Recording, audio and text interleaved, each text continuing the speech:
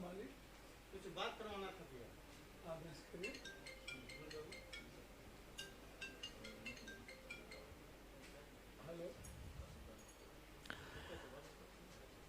तो VIP news की team आज के दिन आ पहुंची है पप्पू यादव के पास, जो कि मुख्यमंत्री पद के काफी दावेदार अहम माने जा रहे हैं इस बार, क्योंकि जिस तरह से इन्होंने गजब की सुर्खियां बटोरी पूरे लॉकडाउन के दौरान और बाढ़ के दौरान। आपने देखा जनता के बीच ये पहुंचे और लोगों के प्रिय हो गए, लोगों के दिलों में बस गए। लेकिन चुनावी ये दौर चलता हुआ और चुनाव में इनकी रणनीतियां कितनी अहम है और किस तरह से काम कर रहे हैं धरातल पर, उसी तरह की बातचीत के लिए आज इनके बीच हम बैठे हुए हैं। पप्पू यादव जी, बहुत बहुत स्वागत है वीआईपी न्यूज में। नमस्ते, प्रणाम। वैसे नाम तो राजेश रंजन, लोग पप्पू यादव के नाम से बुलाते हैं। जब आपने एक द्रोह काल का पथिक, आपने एक पूरी किताब लिखी, उसमें आपने अपने बचपन का भी जिक्र किया कि बचपन से आपको सरहद पर जाने का बड़ा शौक था कि माँ मेरे हाथों में बंदूक दे दो, मैं सरहद पर जाना चाहता हूं, दुश्मनों को मारना चाहता हूं। तो सबसे पहले एक ख्याल कैसे आया दिमाग में कि जेल में बैठकर एक किताब एक लिख दी जाए? तो शुरू से नेचर रहा है। जब आप पठन पाठन में जो रहेंगे, पढ़ने में, स्पिरिचुअल फैमिली से आप रहेंगे, साहित्यों में रुचि रहेगी, अध्यात्म के स्कूल के बच्चे होंगे, तो बहुत क्लियर है आपको कि कुछ न कुछ नया करने की आपकी चाहत होगी। लिखे लिख सब चले, लिख चले सब होत, बिल्कुल अलग। अब कबीर को बचपन में क्यों हंसाए, बुद्ध को बचपन में ही क्यों विरक्ति की साधना, फिर विरक्ति, फिर एक न्यू ह्यूमनिज्म सोसाइटी की बात, न्यू थॉट, ऐसी बातें क्यों हैं? तो वो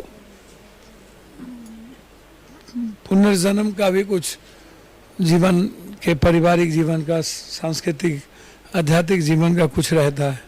और प्रेजेंट में भी जब आप किसी बड़े स्पिरिचुअल फैमिली में आप जिएंगे, बड़े परिवार में जिएंगे, तो आप उस संस्कार से, उस कल्चर से, उस रहन सहन से, वातावरण से आपका जो एक्टिविटी है, थिंकिंग है, वो बिल्कुल डिफरेंट होगा। कहावत है, जैसी भेष वैसा भूसा, जैसा खाना वैसा आहार, वैसा चिंतन, वैसी निद्रा। तो जिस तरह का आप खान पान जीवन में संयमित रहेंगे, आचरण आपका उतना संयमित होगा। तो वो बचपन से था। मानवीय पहलू, मानवीय सोच, कंप्लीट रूप से आप समझिए कि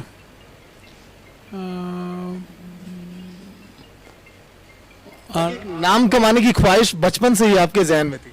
नहीं, बचपन में नाम कमाने का क्या शौक, ख्वाहिश हो जाएगा 6 क्लास 7 क्लास में। स्पिरिचुअल फैमिली रहे, आनंद मार्ग साधना, अध्यात्म के परिवेश में जीवन जिए, वहीं से दादा का शिव भक्त होना, माँ बाप का आनंद मार्ग की आइडियोलॉजी और फिलॉसफी से प्रभावित रहना, संगीत, प्रभात संगीत, ऐसी चीज़ों से देखते रहना, साधना शुरू बचपन से ही, साधना की प्रक्रिया शुरू हो जाना। तो ये मानवीय जो दृष्टि है, जो उच्च मूल्यों के साथ जीने की जो वे था, नैतिक आचरण जो था, वो शुरू से रहा, बच्चे से रहा। तो दर्शकों, लाइव आप देख रहे हैं पप्पू यादव को, जो कि फिलहाल मुख्यमंत्री पद के अहम दावेदार हैं। लॉकडाउन के दौरान तो आपने बहुत देखा, बाढ़ के दौरान लोगों की मदद इन्होंने की। ध्यान से इनकी बातों को सुनिएगा, क्योंकि आने वाले समय में आपके मुख्यमंत्री भी हो सकते हैं। सवाल अब थोड़े तीखे भी होंगे, थोड़े सरल भी होंगे, थोड़े संजीदा भी होंगे, और सवाल तमाम होंगे आपसे। चिराग पासवान को लेकर आप कई तरह की बातें कह रहे हैं, लेकिन जो चिराग प्रेम आज के दिन आपकी प्रेस कॉन्फ्रेंस में दिखाई दिया चिराग पासवान के लिए, क्या आने वाले समय में उनको आप जोड़ना चाहते हैं क्या अपने साथ? नहीं, जोड़ना चाहते हैं, जुड़े हैं हम लोग, पारिवारिक जुड़े हैं।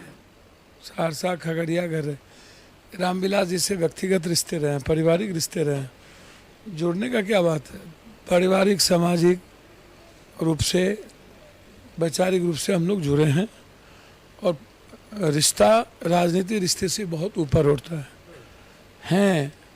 बिहार की को देखते हैं तो फिर गंभीरता से बात करनी होती है।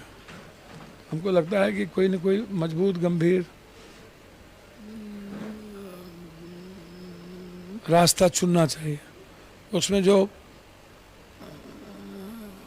बिहार के नवनिर्माण की चर्चा, बिहार को बनाने की चर्चा जो लोग भी करें, चाहे वो चिराग जी हों, प्रशांत जी हों, कन्हैया जी, जो लोग भी करें, उनसे वैचारिक रिश्ता, पारिवारिक रिश्ता मेंटेन रहना चाहिए। और चिराग जी के प्रति मेरा व्यक्तिगत रिश्ता जीवन भर रहेगा। रामविलास जी नहीं रहे, अत्यधिक पीड़ा भी देती है।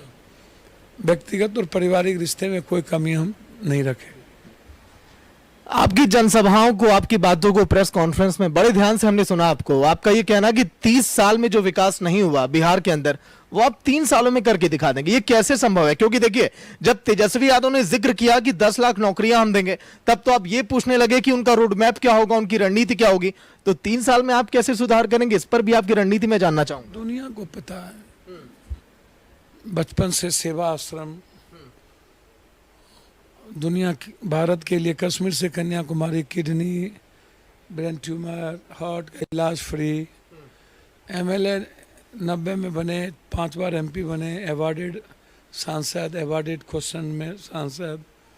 और अस्पताल एजुकेशन को लेकर के बहुत लंबी लड़ाई कि व्यापारीकरण इसका नहीं होना चाहिए, सरकार इसको प्रेजेंट करे। सरकार की रोलिंग में एजुकेशन और हेल्थ गरीबी का सबसे मुख्य फोकस है, शोषण का वे है। जन्म से मरण तक हेल्थ की आवश्यकता होती है और जीवन के विकास के लिए, और उसको भी आप व्यवसायीकरण कर देंगे और उसका पूरा आधार पूंजीवाद व्यवस्थाओं में उलझा देंगे, तो फिर जो 80-90% कॉमन लोग हैं, मिडिल क्लास के लोग हैं, वो बहुत तरक्की नहीं कर पाएगा। तो इसीलिए साफ शब्दों में शुरू से रहा है, हर मोड़ पर, हर मुद्दों पर, जीवन की छोटी से छोटी घटना में पप्पू यादव। मैं किसी के बारे में क्यों बोलूं? क्योंकि लोगों ने उनको देखा है। यहाँ तो बिना एमपी एमएलए के आप देश के किसी नहीं, आप लगातार आप जिक्र कर रहे हैं कि आप लोगों के बीच आप जाते हैं, मुलाकात करते हैं, हर एक सुख दुख में उनके साथ आप शामिल होते हैं। नहीं, हाँ, मैंने भी देखा, दुनिया देख रही है। मैंने जिक्र भी किया कि आप लॉकडाउन में लोगों से मिले, बाढ़ पीड़ितों की आपने मदद की, लेकिन क्या इसके पीछे कोई राजनीतिक लोभ छुपा हुआ है क्या? क्योंकि लोग ये सवाल करते हैं मुझसे फील्ड में। आपसे कुछ नहीं करते हैं सवाल। आप मिलिएगा पॉजिटिव से, आप पॉजिटिव से गले मिलिएगा जाके। बिल्कुल मिलूंगा मैं। आपको कह दे ये पॉजिटिव है तो मिल लीजिएगा। अगर कोई गलत है, सही है, मैं पहले जांचूंगा, परखूंगा। कोई बुराई करेगा तो ऐसा है नहीं, मैं सुनूंगा उसकी। कह देगा ये कोरोना पॉजिटिव है, ये अभी इलाज करना, आप मिल लीजिएगा। दूरियां बनाऊंगा मैं, खुद की सुरक्षा भी जरूरी है। हम लाखों लोग से मिल चुके हैं, तो इसमें राजनीति कहाँ है भाई? 70 लाख लोगों से मिल चुके हैं। 16-16 करोड़ रुपया उनके बैंक अकाउंट में ट्रांसफर, उनके हाथ में पैसे, उनके किड्स के पैसे। 7 महीने हो गए बाढ़ और इस कोरोना में। बाढ़ तो बचपन से मेरी लड़ाई है बाढ़ को लेकर के।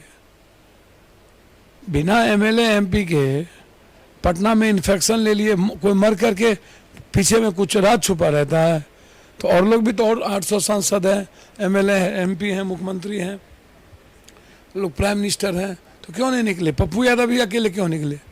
क्या हमको प्राइम मिनिस्टर बना देगा विदेश? हमारे पास पैसा है, मार्केटिंग करने आता है। बहुत बड़ा पॉलिटिशियन जो दुष्ट होता है, धूर्त होता है, चापलूसी करता है, जो जिसके भीतर हरामीपन छुपा होता है, जो उन्माद पैदा करेगा, जो किसी को गाली देगा, काटेगा, ऐसे लोग। तो उसमें न हम 3 में हैं, न 13 में हैं, न मुझे आता है। स्पिरिचुअल फैमिली, स्पिरिचुअल आदमी, बस ह्यूमन विंग से जीते हैं, मानवतावादी सोच से आगे बढ़ते हैं।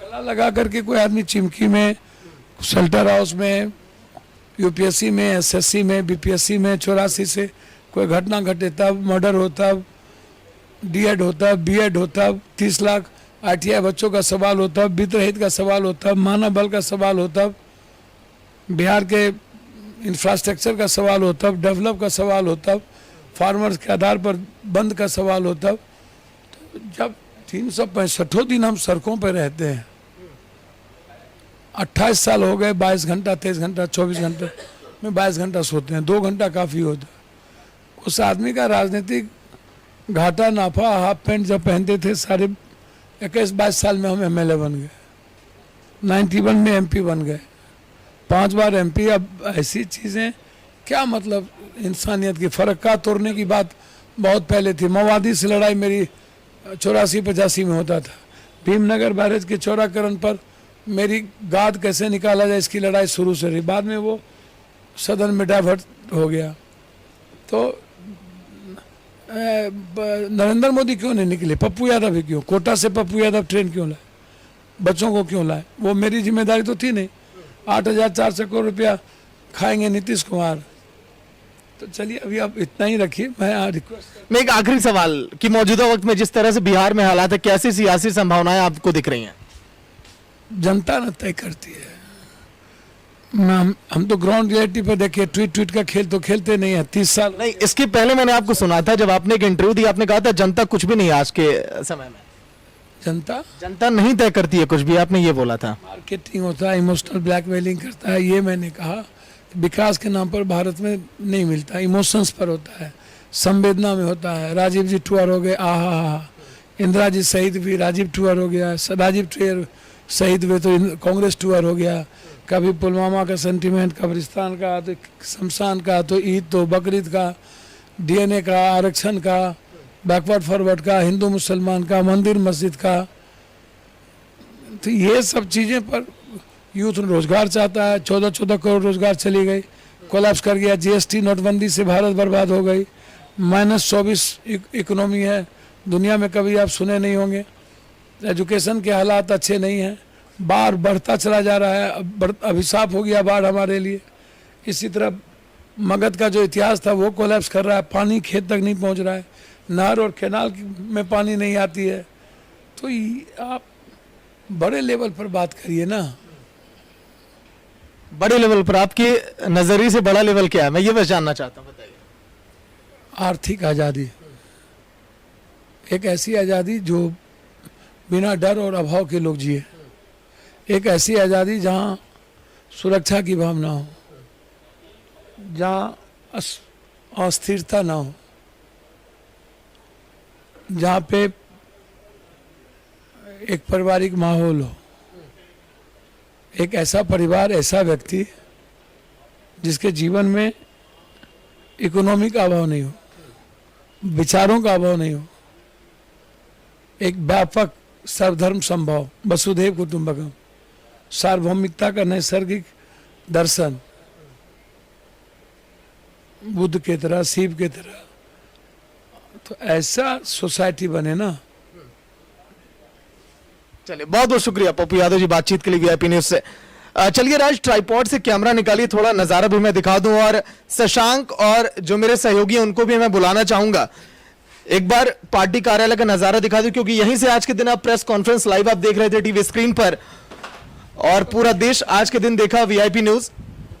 तैयारियां जोरों पर, और अभी भी देखिए लोगों का यहां पर तांता लगा हुआ है, लोग मिलना चाहते हैं पप्पू यादव जी से, क्योंकि एक ऐसी हस्ती जिन्होंने सुर्खियां गजब की बटोरी हैं, पूरे बिहार ही नहीं बल्कि पूरे देश में लोग जानने लगे इस नाम को। एक ऐसी शख्सियत, शशांक जी भी मेरे साथ हैं और मेरे साथ अजय जी भी जुड़ेंगे, उनसे भी हम आज के दिन बातचीत करेंगे। ये नजारा आप देखिए, आज के दिन यहीं से प्रेस कॉन्फ्रेंस आप देख रहे थे। आइएगा राज, शशांक क्या लग रहा है, 10 लाख नौकरियां देंगे, लेकिन नीतीश के भी वादे तमाम है मौजूदा समय में कि एक बार मुझे मौका फिर से मिला तो और बेहतर काम हम करेंगे। लेकिन वहीं पप्पू यादव जी कहते हैं कि आप लोग कितना भी विकास करिए, 30 सालों तक आपने काम किया, मैं उन सभी कामों को दरकिनार कर दूंगा केवल 3 सालों में। देखिए, पप्पू यादव की राजनीति इन दोनों की राजनीति से कुछ इतर है।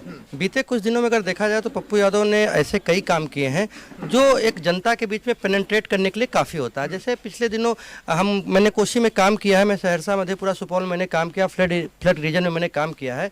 तो बाढ़ के समय पप्पू यादव जब सुपौल से निकलते हैं, सहरसा के महिषी, नौहट्टा, सिमरी, बख्तियारपुर, सलखुआ और उसके बाद आलमनगर और चौसा, तो उन इलाकों में जब वो पब्लिक के बीच में दूर ऐसे सुदूर क्षेत्रों में जाते हैं जहां आमतौर पर नेताओं को पता भी नहीं होता है, जो हवाई नेता होते हैं, तो ऐसे इलाकों में जाकर लोगों के बीच में काम करते हैं, तो उनका एक नज़रिया लोगों के प्रति एक अलग है, डेवलपमेंट की थ्योरी अलग है इनकी। तो सबके अपने अपने विकास की एक परिभाषा होती है। पप्पू यादव की विकास की परिभाषा आम लोगों के बीच में जाने वाली है। पप्पू यादव ने तमाम ऐसे काम किए हैं। पिछले साल जब ये बातें होती थी, जब वो रूरल एरिया में काम करते थे कि उन रूरल एरिया में अपने लोगों के बीच जाते हैं, बाढ़ के बीच में जाते हैं, लेकिन पिछले साल पटना में जब जल जमाव हुआ, एक मेजर वाटर लॉगिंग हुई पटना में, उस वक्त पप्पू यादव ने लोगों के बीच में काफ़ी काम किया, लोगों के बीच में बने रहें, पानी में रहें, तो एक अच्छा मैसेज गया है। लेकिन सबसे बड़ी दिक्कत ये होती है कि जब चुनाव होते हैं तो पोलराइजेशन हो जाता है दो बड़ी गठबंधनों के बीच में या दो बड़े पार्टियों के बीच में। ऐसे में ऐसे नेताओं की बात को पब्लिक सुन तो रही है, लेकिन वोटों में कितना कन्वर्ट करती है, क्योंकि सत्ता आती है वोटों से। जब आपके विधायक चुन के जाएंगे, आपकी बातें होंगी, तो पब्लिक में इनकी इमेज या इनके काम को तो लोग सराह रहे हैं, लेकिन वो वोट में और सीटों में कितना तब्दील हो पाता है। सरकार तो वोटों से बनेगी और अंक गणित से बनेगी, सरकार लोगों के दिल में कितनी जगह है उससे लोकतंत्र में नहीं बनती है।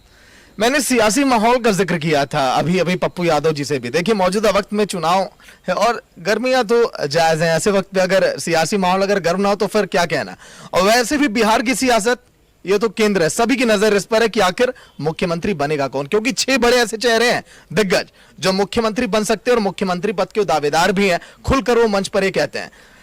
सभी पार्टियों की तरफ से घोषणा पत्र, बड़ी बड़ी बातें, लेकिन उन सभी वादों को एक तरफ से कह देना कि पप्पू यादव जी का कि हम आएंगे, बिजनेसमैन को टैक्स नहीं देना पड़ेगा, महिलाएं यहां पर सुरक्षित होंगी। पप्पू यादव ने उन मुद्दों को देखिए पकड़ा है जहां पर अन्य सरकारें जिक्र नहीं कर रही हैं। नीतीश कुमार ने जिक्र नहीं किया, महागठबंधन ने उसका जिक्र नहीं किया। आपको क्या नजर आता है इसमें? देखिए, दुर्भाग्य है कि कुछ ऐसी बातें हैं जो मेन स्ट्रीम जो पॉलिटिक्स है उसमें लोग डिस्कस नहीं करते, खास करके वो बड़े नेता जिनके बारे में बड़े बड़े दाव लगे हुए हैं। नीतीश कुमार हैं, तेजस्वी यादव हैं, लालू यादव हैं। खैर, लालू यादव तो मुख्यमंत्री बनेंगे नहीं। तो इन सब नेताओं के द्वारा जो इश्यूज उठाए जाते हैं वो बाइपोलराइज्ड हो जाते हैं, जैसा शशांक ने कहा कि वो बाइपोलराइज्ड हो जाते हैं। ऐसे में इन सबों के द्वारा उठाए गए इश्यूज का महत्व चुनाव के समय आते आते तक फिर वही बाइपोलराइजेशन पे आ जाता है।